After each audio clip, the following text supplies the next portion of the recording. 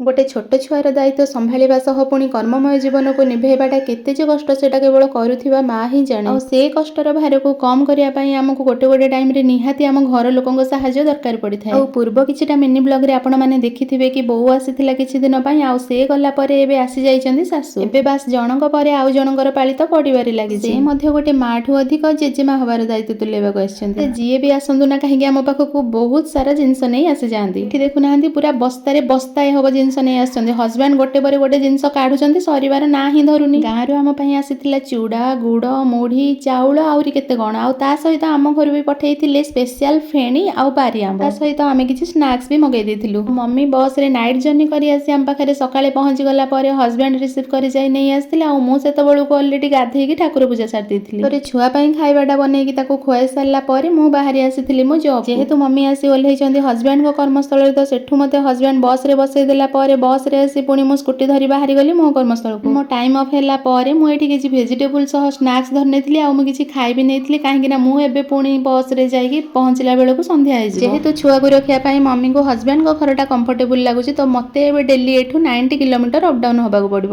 Husband ମତେ ଯାଇ receive କରି ନେଇ ଆସିଥିଲେ, ଆଉ ମୁଁ ଏଠି ଆସି ମୋ ଛୁଆକୁ ଦେଖିଦେଲା ପରେ ମୋ ଦିନ ଯାକର କଷ୍ଟ ଗାୟବ। ଏଠି ରାତିରେ ନାତିର ଗୋଡ଼ ମାଲିସ କରୁଛନ୍ତି ଜେଜେମା। ବୁଲି ବୁଲି ହାଲିଆ ହେଇଯାଉଛି।